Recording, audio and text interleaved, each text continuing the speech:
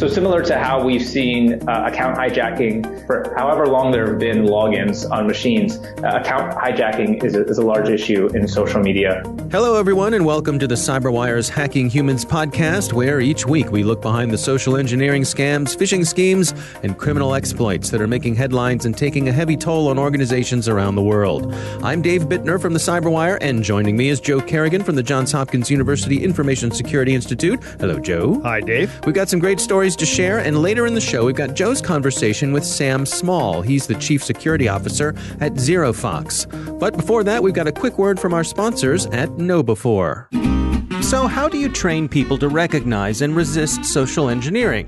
Here are some things people think. Test them, and if they fall for a test scam, fire them. Or other people say if someone flunks the test, shame them. Instead of Employee of the Month, it's Doofus of the Day. Or maybe you pass out a gift card to the one who gets the A+ for skepticism in the face of phishing. So how about it? What do you think? Carrots or sticks? What would you do? Later in the show, we'll hear what the experts at KnowBe4 have to say. They're the sponsors of this show. And we are back. Joe, you want to kick things off for us this week? I do, Dave.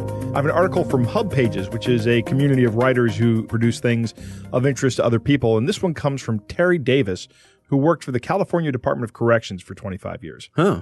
And he was talking about inmate mail, because inmates can send and receive mail, but all of that mail is monitored. Okay. And it is opened and read by Department of Correction employees. And Terry noticed a pattern from one particular inmate while he was doing this detail. Yeah.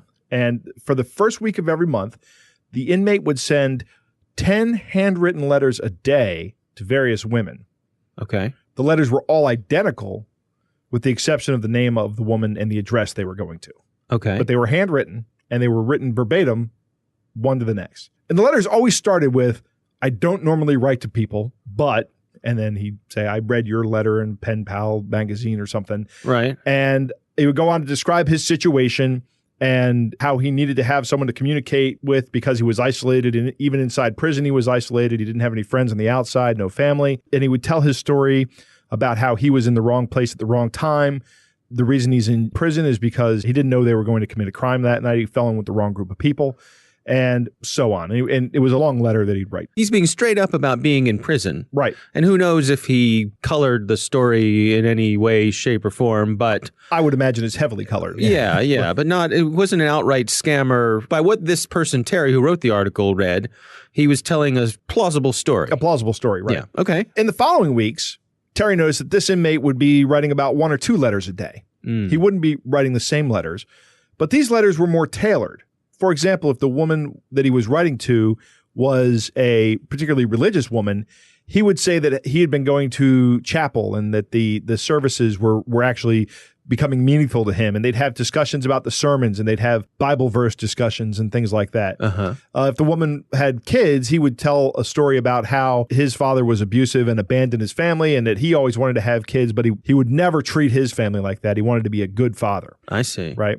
So he had a little from column A, a little from column B, right, depending on how the interaction went with these ladies he was writing letters to. Exactly. Okay. Eventually, he would have these pen pals sending him cash or stamps or something he could sell for money. And then the next month, the process would start all over again with 10 letters a day. Okay. So one day, Terry gets to talk to this inmate one-on-one. And he mentions to the inmate that he saw the pattern. You know, the inmates know their mail is read. Right. And the inmate is actually surprisingly frank with Terry. And he says that he buys a mailing list each month that has 100 women's names and addresses. And it gets this mailing list from a pen pal magazine whose target demographic is prison inmates. Huh. And the list cost him about $20 to buy the list. Okay. He then sends the first week of letters, and in the following weeks, he's responding to the people who have responded to him. Right.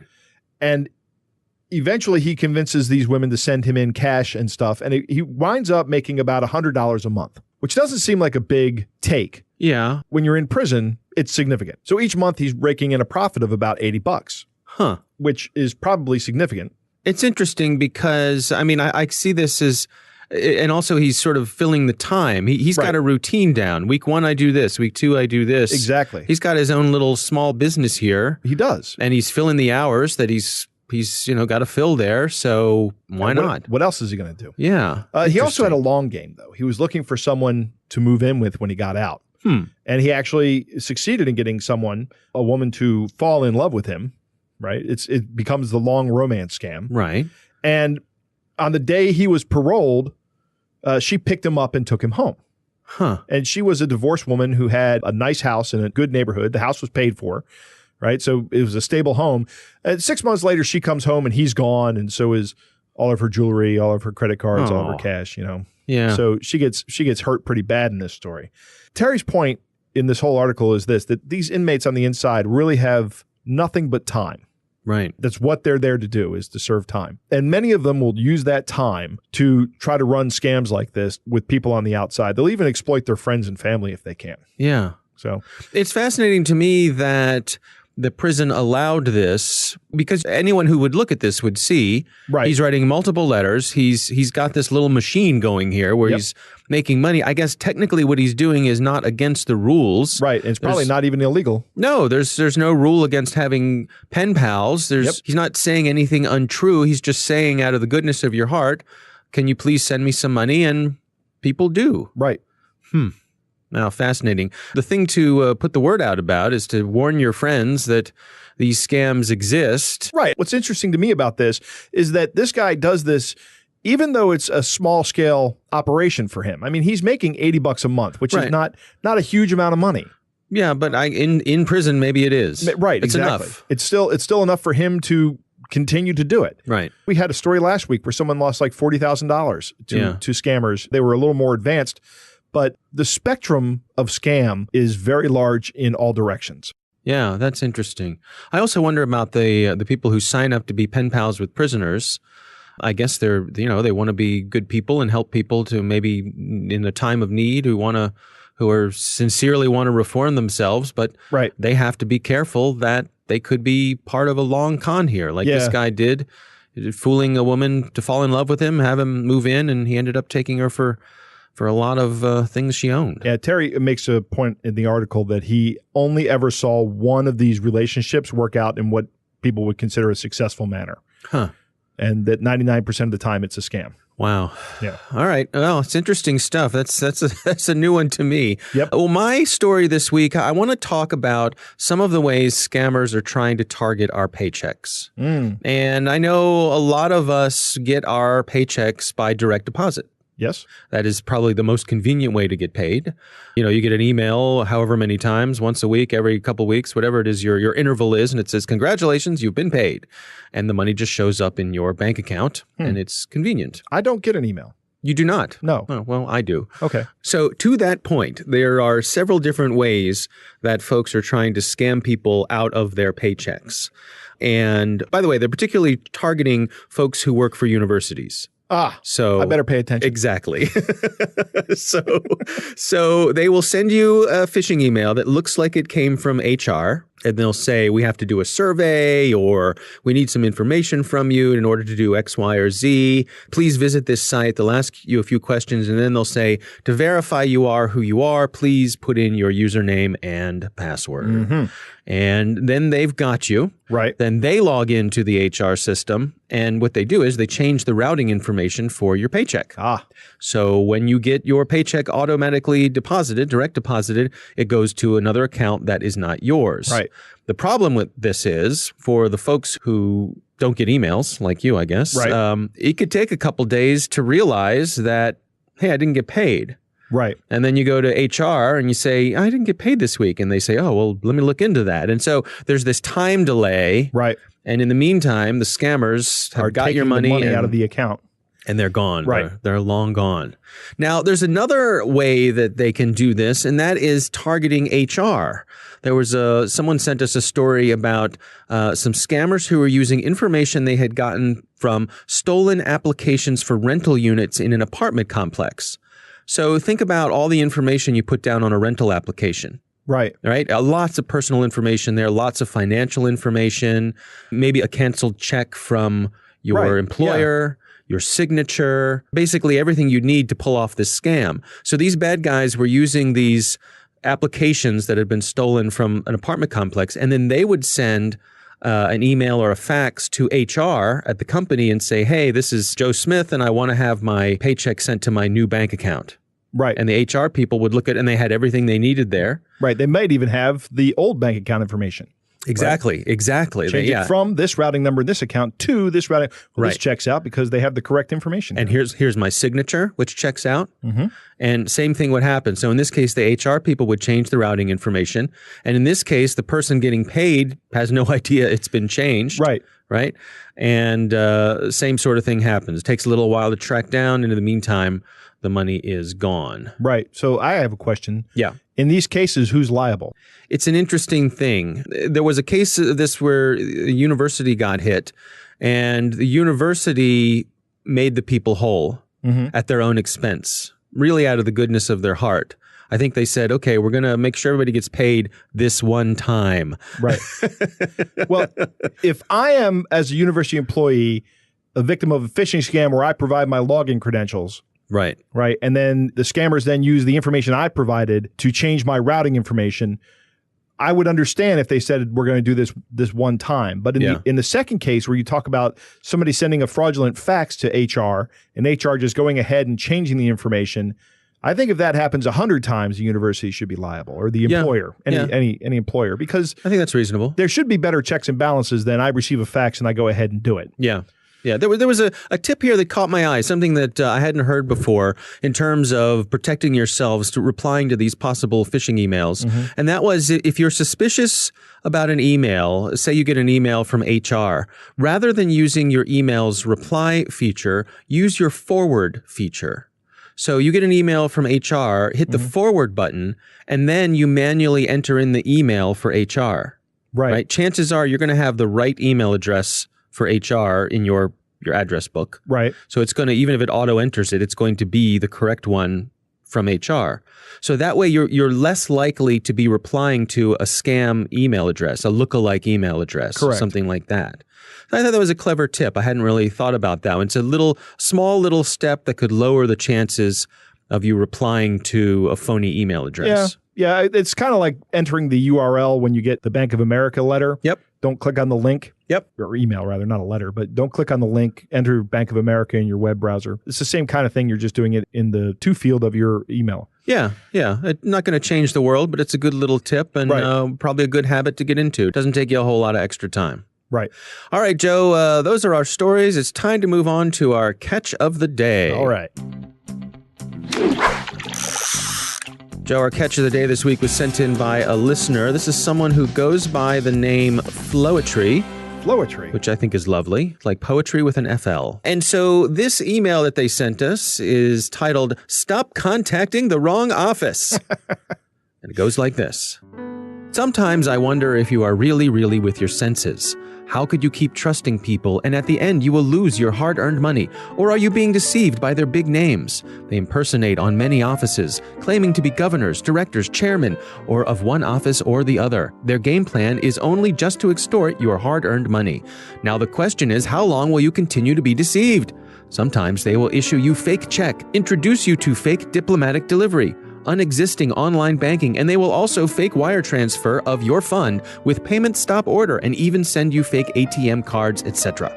Anyway, by virtue of the position I have been following this transaction from inception and all your efforts toward realizing the fund, more often than not, I sit down and laugh at your ignorance, and that of those who claim they are assisting you. It is very unfortunate that at the end you lose.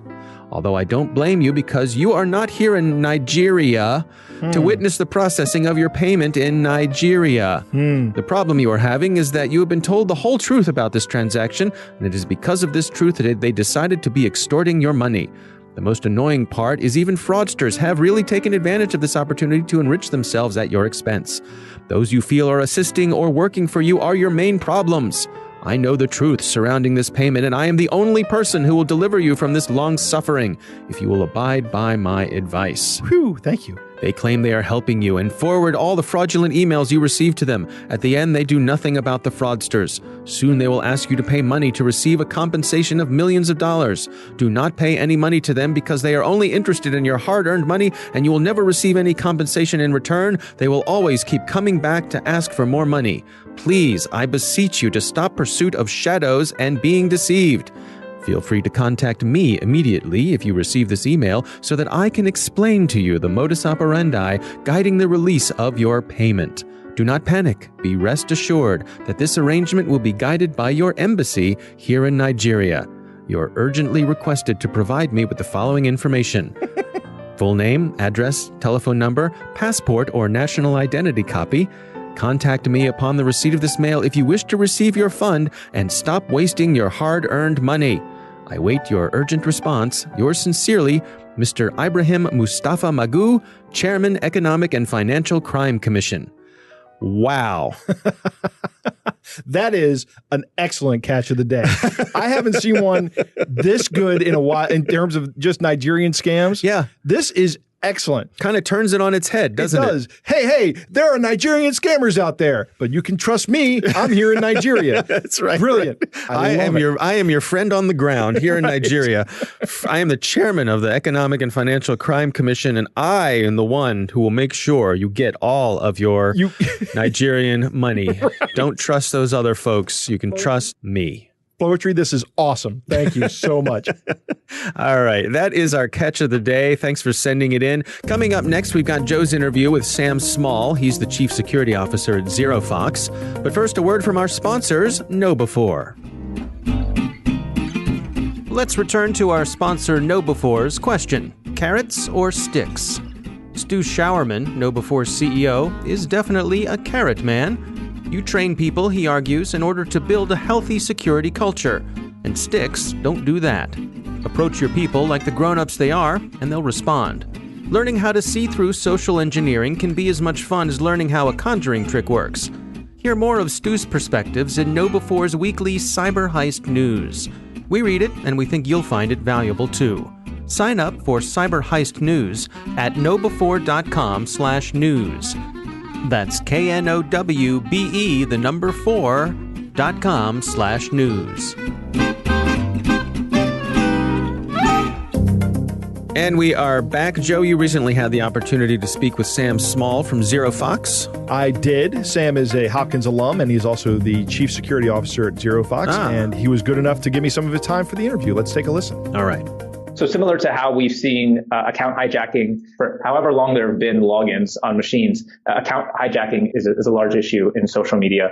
So for instance, we see numerous examples where either the official social media account for an organization or account that belongs to maybe a CEO or a CTO of a large corporation will be hijacked by an adversary or attackers and then used to either propagate messages or potentially malicious links, things like that, to the audience of that particular account. Likewise, we see a lot of targeting. While you might see ultimately a very traditional type of attack at the end of the process, a lot of events start today with targeting of either employees of your organization or of the customers that an organization may have. So obviously with social, there's a little bit of implied trust that, okay, this account that's messaging me has a picture or a photo of someone who looks real and a name that sounds real. And when I look at their social history, it seems real, et cetera. But at the end of the day, what we really are seeing is maybe, social engineering having grown up and going to college and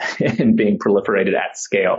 And so that's another very common vector that we see. And, that leads into kind of the next category that I like to talk about, which is social phishing and malware. And then additionally, there's kind of more compliance related kind of issues and risks that many organizations face. So for instance, sharing information publicly on Twitter or on Facebook or on Instagram, either via text or maybe something that's on a whiteboard and a picture that someone's posting. We see those types of problems very often. So for instance, you can imagine if a group of nurses were posing for a picture together inside of a hospital, but maybe behind them on a whiteboard is some confidential patient information. That's a HIPAA violation potentially. Right. So I could go on and on, but there's a wide array of risks that are out there that lead to compromise and material damage for organizations. We had a story a couple of weeks ago on our podcast about someone who had taken over a verified Twitter account and then changed all the information to look like it was Elon Musk's account so they could run a Bitcoin scam. You're talking about account hijacking. And while this is kind of account hijacking, it's also account hijacking paired with impersonation. That's right. Yeah. So impersonation you've hit the nail on the head. That is the key word here. And so fraudulent accounts is another category we talk a lot about at ZeroFox. And I think that's kind of the bucket that we would put that particular story in as well. And so organizations face this challenge. And this kind of goes back to what I was saying earlier, which is if you have an inventory of all your social accounts, much in the same way you might have an inventory of all the machines on your network or all the IP addresses, assigned to your organization, you can monitor those assets all day long. But what are you doing to monitor the accounts that are pretending to be part of your organization or that are pretending to be the voice of your brand or your company? And that's really where the brave new world is in this part of our industry. But there are additional concerns as well. So for instance, you might even imagine physical risk. You might not expect it, but physical risks are another interesting area that many of our customers have concerns about. And so for instance, you might imagine that if you're an organization that is either putting on or hosting an event, or likewise, maybe you're an organization with high profile executives that are traveling, it's important to be as vigilant as possible. And you may want to gather all of the traditional signals from maybe the State Department or local police coverage or things like that. But you would be remiss in not also collecting the data that is proliferated on social media around risks and threats that exist in either relation to your exact event or the exact location that one of your executives is traveling or the broader region in general. This is one of the areas where we see digital threats transcend into the physical realm. And likewise, even just last week, I was working with a customer where we started with a threat that came through the U.S. Postal Service, and we took the indicators and some of the information that was in that document and then transcended into the digital space to try to identify if there were other overlapping indicators or other types of noise related to that particular type of threat. So it's a really interesting space from that perspective. You don't often see, with traditional malware, you don't see yourself hopping from the virtual space to the physical space and vice versa. It's not always the case that we're synthesizing information from various sources, but ultimately that's really where the power lies here, is that you have all of these different sources, and we're trying to synthesize intelligence and data and information across these sources as they all relate to ultimately either a single entity, a single brand, a single location, a single person, or a single persona. I like scary stories, Sam. Sure. So do you have anything that your customers have experienced that you can tell without obviously violating any of your customers' confidentiality, where something has actually happened or malware has been distributed or maybe even physical harm has happened?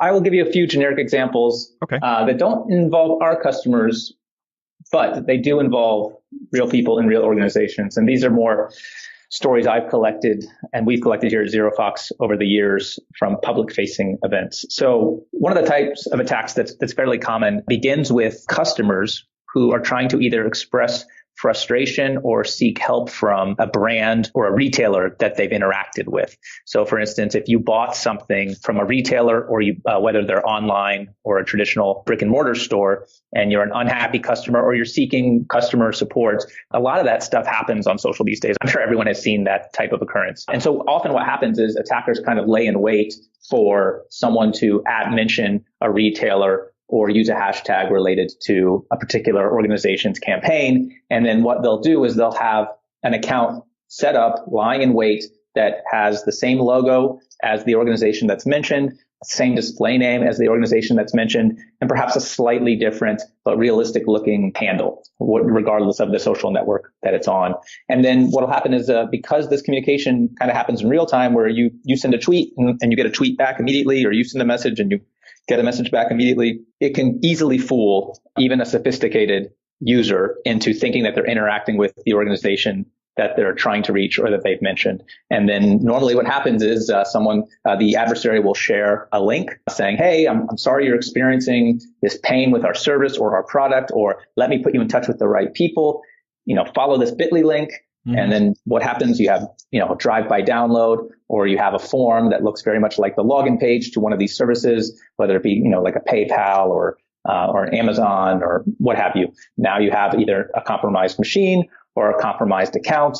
And guess what? If you don't follow great security hygiene and you reuse your credentials, then not only is it that account that you've given the adversary access to, but probably every other service where you reused those same credentials. I could also imagine that being an opportunity just to say, hey, just for validation, can I have your credit card number that you used to purchase this?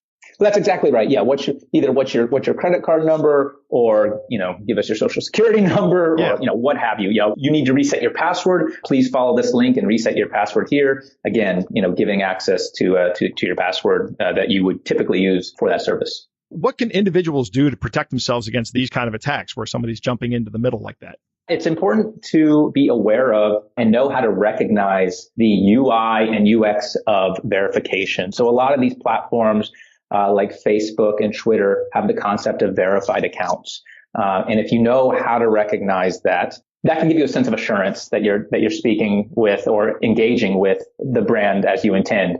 That being said, attackers also use that to their advantage as well. So we've certainly seen adversaries try to cleverly use emoji or international characters or their cover photo to spoof verification. So another way to help identify the authentic entities that you're trying to communicate with is by going directly to their webpage and looking for an indication of what their official Facebook page is or what their official Twitter page is, et cetera. So, it never hurts. Just like when people are phished, we always give them the advice of, hey, if you get a really great looking link from a retailer in your inbox and it looks too good to be true, or it looks a little funny, then just go to that retailer's website directly yourself. And so it's very much the same advice there. Also, I would say typically be suspicious of shortened links. And, depending on the provider, there are tricks that you can use to see what the ultimate destination or what the redirection chain is for a shortened link. So for instance, with Bitly, one of the things that you can do is take any Bitly link. If you were to copy it and then paste that URL in the URL bar of your browser, if you add just a plus sign at the end of any Bitly link, Bitly will display kind of a dashboard page that explains not only where this Bitly link will direct you to, but also gives you basic statistics about how many times it's been clicked and where those people are coming from, et cetera. So that's also kind of an interesting thing that can help give people more confidence about what exactly they're clicking on. Wow, Joe, interesting stuff from Sam at ZeroFox. Yeah. First off, the thing that sticks out in this is how old am I that I can't think of 6 social networks off the top of my head? I'm with you there, my friend. I am with you. Yes. So these kids these days with their with their Snapchats and their links and their WhatsApp bots. Yeah, exactly. Right. Once again, Dave, we hear that security events start with customers or employees being targeted. It's the beginning of the attack chain. Yep. The people are the first thing to be attacked. And social media presents a huge attack surface. Right. An absolutely huge attack surface. We don't even think about these things that we're doing on social media. Like the example Sam gives about the nurses taking a picture with patient data behind them. Right. That's a HIPAA violation, or it could be a HIPAA violation. You just don't even think about it. It's just not present in your front of mind. It's I would view it as an honest mistake. No, I saw one recently with some folks in the military who were standing in front of some terminal that had a sticky note on it that had the username and password for some defense system. Right. Just a nice photo of everybody, and there it is. There it is.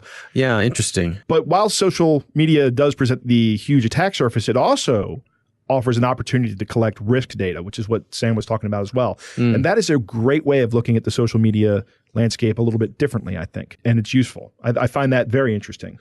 Again, we're here to protect yourself as the individual user. Go to the company's website, verify what their social media accounts are, make sure you're talking to the right person. Yeah, who you think you're talking to. Be familiar with how, like Twitter, for example, verifies its users, that little blue check. And there are a lot of things that look like the little blue check. I saw an account the other day that had something that looked kind of like a little blue hurricane next to it. And I thought to myself, I wonder if that person is trying to deceive people into believing he's validated. Yeah, interesting. I love the Bitly feature. With the plus. With the plus sign. I had no idea that was even possible. Me neither. And I tried it with a couple of links, and it's fascinating. You can see the click history of it and all kinds of great stuff. No, it's a good great. tool. Yeah, it really is. Well, thanks to Sam for taking the time for us, and from ZeroFox. We appreciate that. Lots of good information. And that is our podcast. We want to thank our sponsor, KnowBe4. Their new school security awareness training will help you keep your people on their toes with security at the top of their mind. Stay current about the state of social engineering by subscribing to their Cyber Heist news at knowbe4.com/news. Think of KnowBe4 for your security training. We want to thank the Johns Hopkins University Information Security Institute for their participation. You can learn more about them at isi.jhu.edu. The Hacking Humans podcast is proudly produced in Maryland at the startup studios of Data Tribe, where they're co-building the next generation of cybersecurity teams and technologies.